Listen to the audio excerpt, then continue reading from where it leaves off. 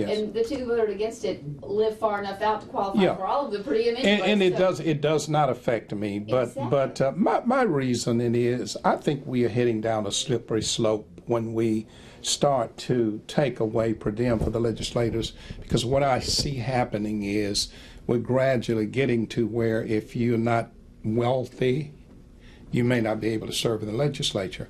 Now, I have a business back home, so I make my living from my business.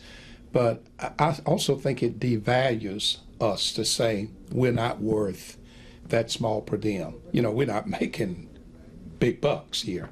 So, and I just think it's a slippery slope to start down. And if you start down it, who knows what'll happen next. But it does not, let me reiterate, it does not affect me right I think now. that, you know, the people who are in favor of this and the critics, they say, you know, why should a lawmaker who lives right here and sleeps in his or her own bed every night, why should we be shelling out taxpayer dollars for that? Well, I think I can give a good reason, because that lawmaker can't hold a job that day, and he or she has to feed their family somehow in some way. And even if they don't need that money for their own personal lodging, they could use it for family use. I've served here for 12 years, and out of the 12 years I've served here, although I live far enough away to pretty much use all of mine, you don't take money home because there's no money to take home. So, you know, you got to clean your clothes, you got to feed your family, you're away from your family, whether you're local or whether you're 200 miles away, you can't spend time with your family that day.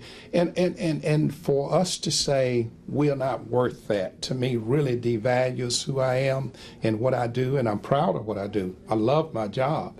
But if I've got constituents, even if I lived 50 miles or less, if I've got a constituent who don't feel that I'm worth that small amount, I really don't need to be representing those people. They probably don't need me, and I don't need them either, because we don't value each other to be very much. And that's the way I see this. Well, then, Yeah.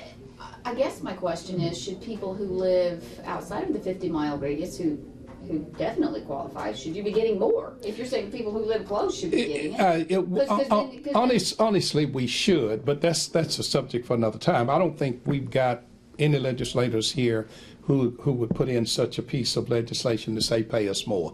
I don't think that. And to be perfectly honest, we can all pretty well live out of what we get. I'm not saying we can't, but certainly it's not anything to start taking away. If anything, we should be increasing it.